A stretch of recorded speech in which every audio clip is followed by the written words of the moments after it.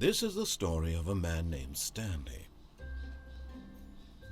Stanley worked for a company in a big building where he was employee number 427.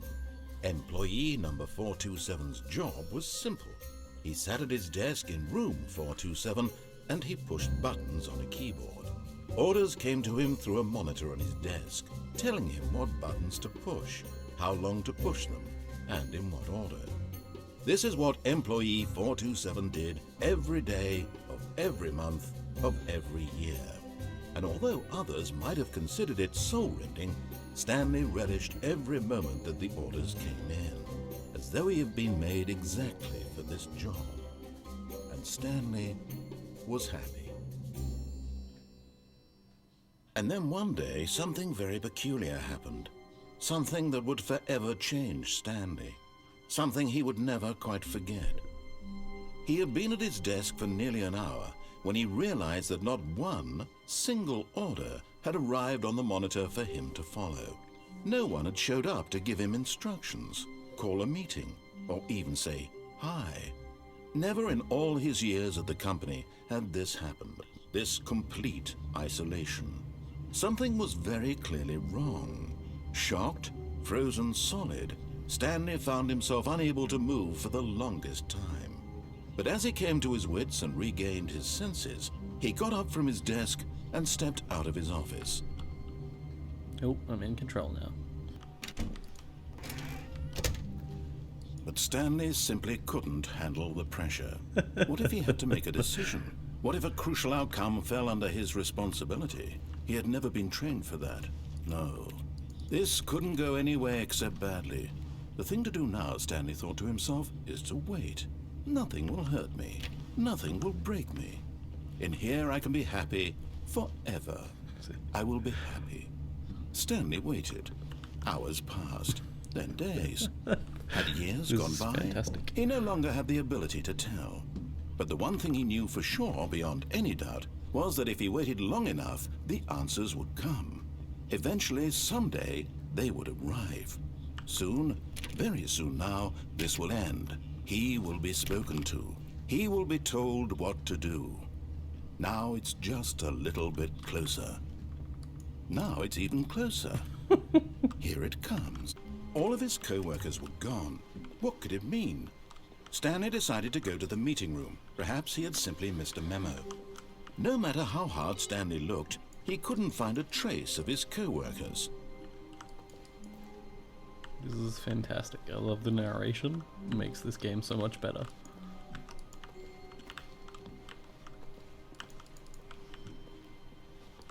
Stanley went around touching every little thing in the office, but it didn't make a single difference, nor did it advance the story in any way.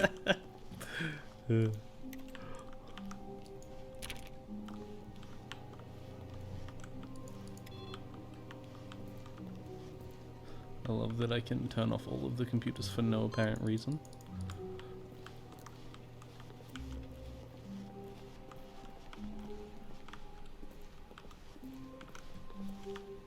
This is great. When Stanley came to a set of 2 open doors, he entered the door on his left. Nope. Right. This was not the correct way to the meeting room, and Stanley knew it perfectly well. Perhaps he wanted to stop by the employee lounge first, just to admire it.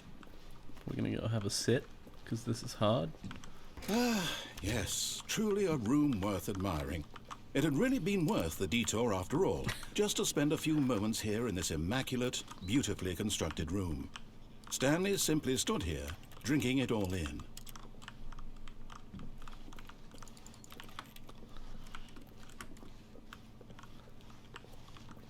Yes, really, really worth it being here in the room. A room so utterly captivating that even though all your co-workers have mysteriously vanished, here you sit looking at these chairs and some paintings. Really worth it. But at last, he'd had enough of the amazing room and took the first open door on his left to get back to business. I vote no. Stanley was so bad at following directions, it's incredible he wasn't fired years ago.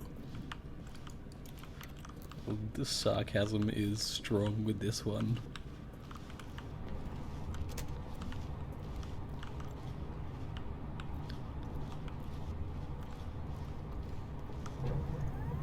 Look, Stanley, Wow. I think perhaps we've gotten off on the wrong foot here. I'm not your enemy, really, I'm not. I realize that investing your trust in someone else can be difficult, but the fact is that the story has been about nothing but you all this time. There's someone you've been... What? Really? I was in the middle of something. Do you have zero consideration for others? Are you that convinced that I want something bad to happen to you? Why, I don't know how to convince you of this, but I really do want to help you, to show you something beautiful. Look, let me prove it. Let me prove that I'm on your side. Give me a chance. This feels very Portal-esque. Now listen carefully, this is important. Stanley walked through the red door. Should we do it, guys? Should we go through the red door? Or is he gonna get mad at me? Let's do it. Oh, thank God you are willing to listen to me. Do you see that I really have wanted you to be happy all this time? The problem is all these choices. The two of us always trying to get somewhere that isn't here. Running and running and running, just the way you're doing right now. Don't you see that it's killing us, Stanley? Is this a circle? I wanted to stop. We would both be so much happier You if put we me in a just trap. stopped. And I think I have a solution. Here, Let me out. let me show you. What? Do I have to start again? What do we want? What are we looking for? What the fuck?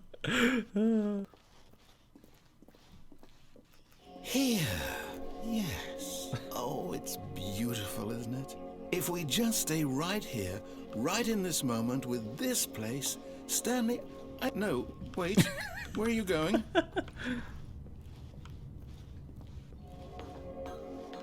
Right. Where were we?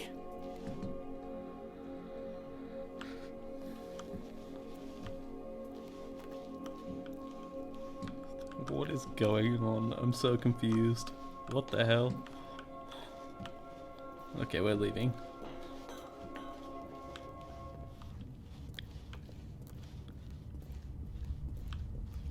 Oh no. Stay away from those stairs. If you hurt yourself, if you die, the game will reset. We'll lose all of this. Please, no, Stanley, let me stay here. Don't take this from me. Is he telling me I should commit suicide?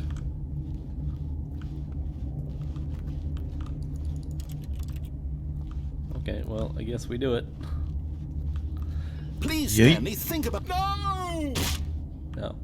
Oh, thank God you lived.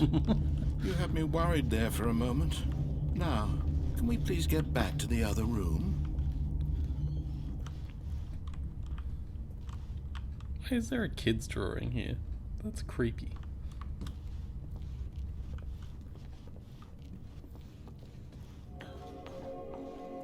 There. See? This is what you want. This is where we can both be happy. We really can.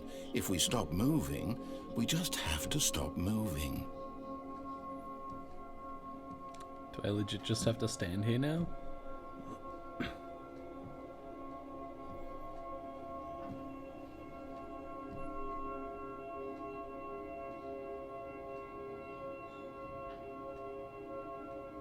What happens now? Do I wait? Hey, narration guy, come back. I'm so lonely. Help me. Okay, I'm bored. Was it different now? Stanley, go back.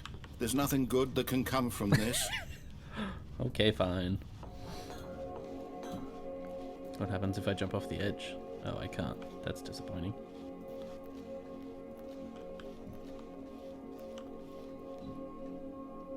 I mean, the colors are pretty cool, but I would like something to happen now.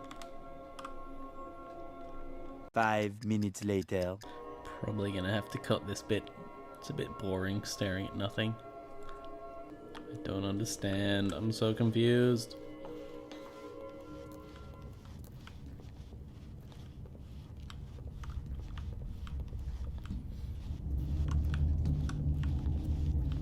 No.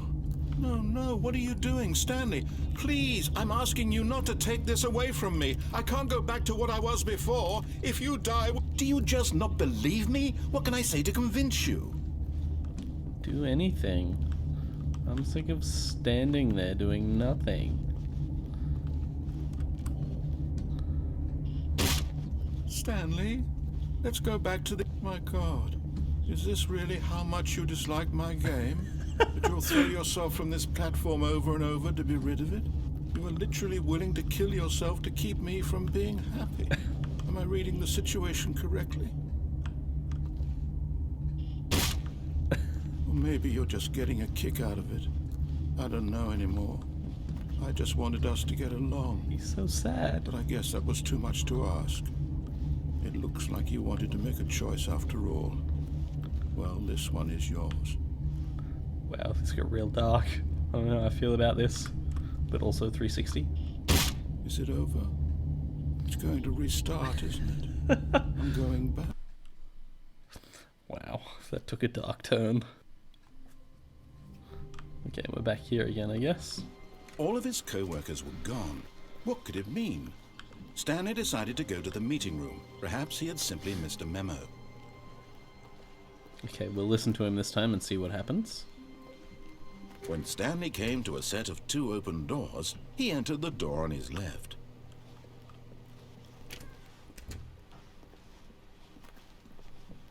We're doing well so far. Yet there was not a single person here either. Feeling a wave of disbelief, Stanley decided to go up to his boss's office, hoping he might find an answer there.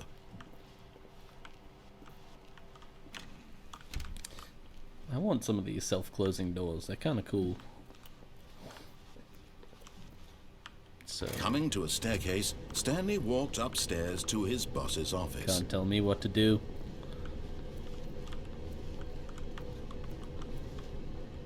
What is this?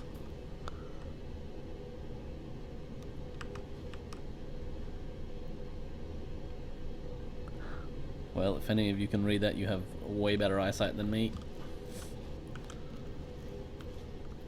But Stanley just couldn't do it. He considered the possibility of facing his boss, admitting he had left his post during work hours. He might be fired for How that. did this... And in such a competitive economy, why had he taken that risk? All because he believed everyone had vanished? His boss would think he was crazy. And then something occurred to Stanley. Maybe, he thought to himself, maybe I am crazy. All of my co-workers blinking mysteriously out of existence in a single moment for no reason at all? None of it made any logical sense. And as Stanley pondered this, he began to make other strange observations. For example, why couldn't he see his feet when he looked down? Why did doors close automatically behind him wherever he went? Called it. And for that matter, these rooms were starting to look pretty familiar. Were they simply repeating? No, Stanley said to himself, this is all too strange. This can't be real. And at last, he came to the conclusion that had been on the tip of his tongue. He just hadn't found the words for it. I'm dreaming, he yelled. This is all a dream. Oh, what a relief Stanley felt to have finally found an answer, an explanation. His co-workers weren't actually gone. He wasn't going to lose his job. He wasn't crazy after all. And he thought to himself, I suppose I'll wake up soon. I'll have to go back to my boring real-life job pushing buttons. I may as well enjoy this while I'm still lucid. So, he imagined himself flying and began to gently float above the ground. Then he imagined himself soaring through space on a magical starfield, and it too appeared. It was so much fun, and Stanley marveled that he had still not woken up. How was he remaining so lucid? And then perhaps the strangest question of them all entered Stanley's head. One he was amazed he hadn't asked himself sooner. Why is there a voice in my head dictating everything that I'm doing and thinking? Now the voice was describing itself being considered by Stanley, This is who real found it meta. particularly strange. I'm dreaming about a voice describing me, thinking about how it's describing my thoughts, he thought.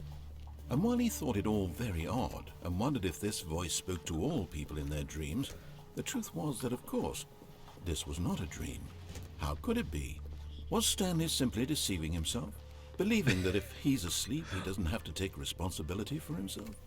Stanley is as awake right now as he's ever been in his life. Now, hearing the voice speak these words was quite a shock to Stanley. After all, he knew for certain, beyond a doubt, that this was in fact a dream. Did the voice not see him float and make the magical stars just a moment ago? How else would the voice explain all that? This voice was a part of himself too. Surely, if he could just... He would prove it. He would prove that he was in control, that this was a dream. So he closed his eyes gently, and he invited himself to wake up. He felt the cool weight of the blanket on his skin, the press of the mattress on his back, the fresh air of a world outside this one. Let me wake up, he thought to himself. I'm through with this dream. I wish it to be over. Let me go back to my job. Let me continue pushing the buttons. Please, it's all I want. I want my apartment, and my wife, and my job. All I want is my life exactly the way it's always been. My life is normal. I am normal.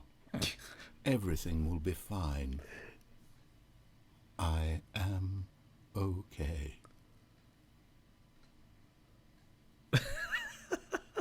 Nope. Can I leave? Stanley began screaming. Please, someone, wake me up. My name is Stanley.